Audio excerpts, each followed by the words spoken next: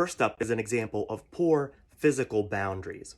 A really cool content creator I follow on TikTok shared an example of a time that two white women touched her hair immediately after she had specifically said not to do so. That story should have been a slam dunk lesson for her white audience, but somebody shows up in the comments and said, "That's not a black thing. People touch my daughter's curls all the time too." And so the person I follow, exasperated, probably thinking that what she already said should have been sufficient, called on her white audience to please address the comment. This one is for y'all. This is your opportunity. I'm tired. Someone touching a white girl's curly hair uninvited may indeed be a problem for you, the parent, and you may choose to address this, but that does not mean that it is the same thing as a white person touching a black person's hair uninvited. There are very different dynamics at work. I was at a party and a white woman approached my black husband, touched his hair uninvited, and reflected upon the fact that it reminded her of her dog's fur.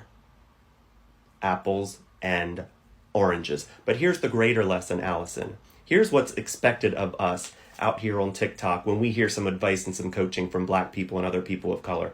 We should simply respond with a okay, or a thank you, or a like, or a follow, or tag our friends, but not to challenge. All we need to do is incorporate the information and respect the boundary.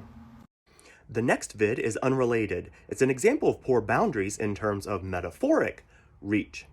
The guy has a fairly large TikTok following, and here he's weighing in on something that is not his to weigh in on. How's it going?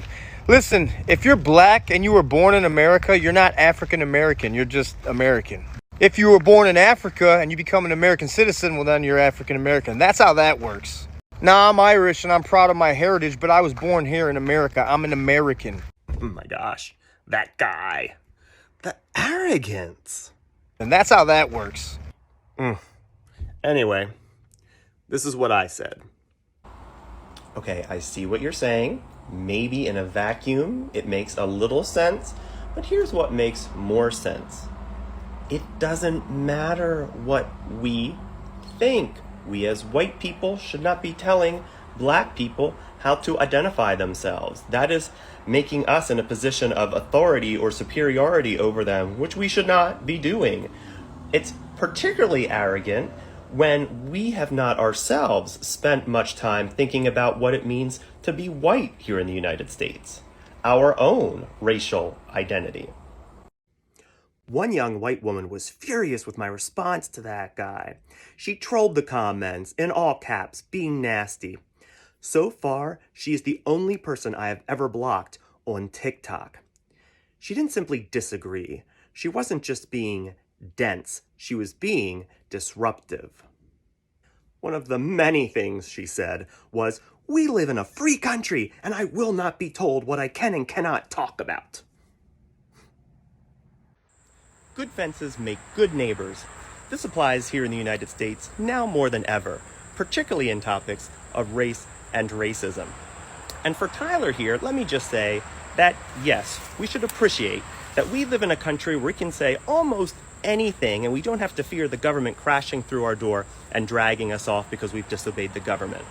However, it is also true that some conversations are for us and some conversations are not for us.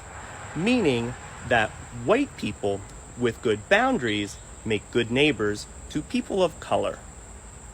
It is very important that we take these examples seriously. Think about them. Why are we being so arrogant? Why do we walk around the planet acting like we own the place? Let's live out our values. Let's actually be humble. And at the very least, respectful.